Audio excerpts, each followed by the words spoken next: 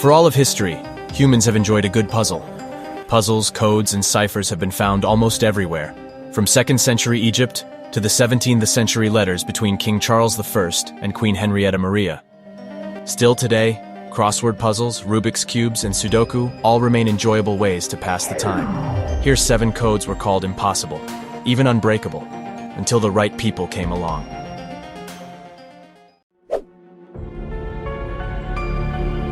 Always a lover of puzzles, Edgar Allan Poe challenged his readers to solve ciphers allegedly sent to him by a Mr. W.B. Tyler. It wasn't until 1992 that somebody solved one of the 2 ciphers published in 1839. In 1992, Associate Professor Terence Whalen of the University of Illinois, Chicago, discovered that the cipher's code was the text of the 1713 play Cato. Another professor, Professor Sean Rosenheim at Williams College, was convinced that both of the ciphers were actually written by Poe as a final challenge to his readers. Encouraged by Whalen's success, and convinced that the second cipher would prove his theory correct, Rosenheim offered up a prize of $2,500 to anyone who could crack the second code. A website was even built to advertise the challenge. In 2000, Rosenheim and his team finally had a winner. Gil Broza, a 27-year-old from Toronto, correctly guessed that the cipher was a polyalphabetic cipher. Once he knew this and addressed various errors in the original typeset of the code, Broza solved the challenge. Unfortunately, the deciphered text is slightly garbled and provides no hints of who the original author was, or why Poe so cared to publish this particular cipher. Containing traditional Roman letters, as well as unique symbols, the Copiale cipher earned its name from one of the few plain text words found on the cipher, Copiale. The cipher dates back to around 1770 and was written on green and gold brocade paper. The cipher was hidden in the East Berlin Academy until after the Cold War. An international team of researchers transcribed the text into a version that could be read by a machine. These researchers tried to decode the cipher with the letters from 80 different languages, with no luck. They then realized that the Roman characters in the cipher meant nothing, and were simply included to confuse possible code breakers. They then discovered that the shapes of the symbols held a major key to decoding the text. Similar shapes represented the same letter or group of letters. This discovery led the researchers to discern that the coded text was German. Once the code was cracked, it became clear that the text belonged to a secret society that called itself the Oculist Order. The group had a fascination with eyes and eye surgery, and the Copiale cipher revealed the political goals and secret rituals of the society, such as an initiation ceremony that required the prospect to put on glasses and read a blank page.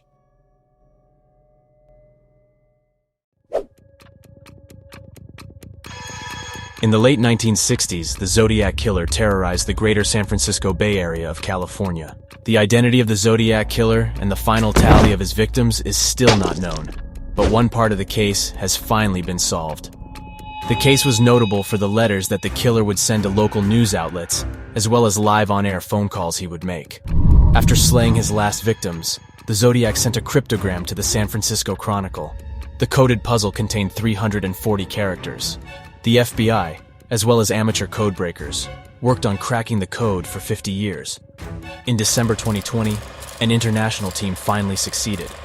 After realizing it was a transposition cipher, the team simply needed to discover the rules used in the cipher that determined the reorganization of the letters. They then created a software app to help them finish solving the puzzle. Although the cracked code has been confirmed by the FBI as authentic, it does nothing else to reveal any information about Zodiac's potential identity.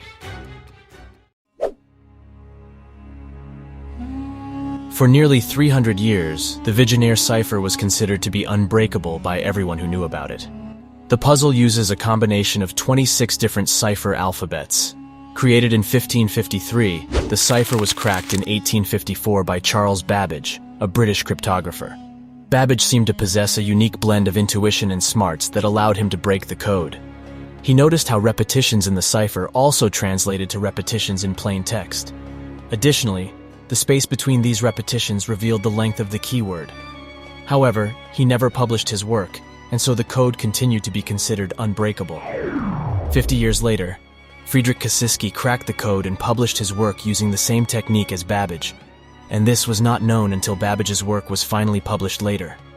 The method used by both is now referred to as the Kościuszki examination.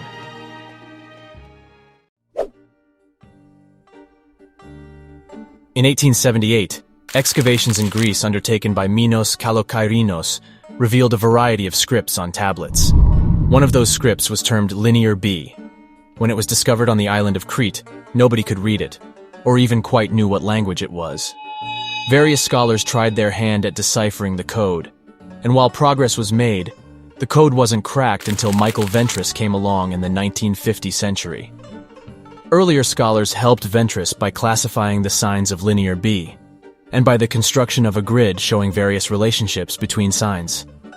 Writing out a variety of grids, and using statistical analysis and some educated guesses, Ventris finally cracked the code. He shared his results with John Chadwick, a philologist at Cambridge, who helped confirm the decipher. The two worked together to publish the findings in 1953. Genevieve Grotjan received her bachelor's degree in math, and during World War II, was working in payroll for the government. She was recruited by William Friedman, a cryptanalyst who had a team working on breaking the Japanese Purple Code. Friedman's team had been working on the task for months with little progress. The British had already given up on trying to crack the code.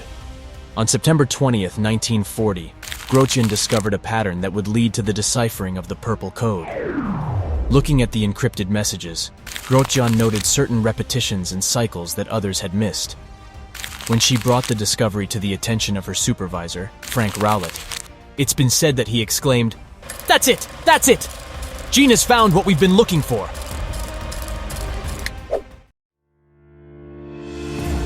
Alan Turing was a British mathematician who single-handedly changed the course of history.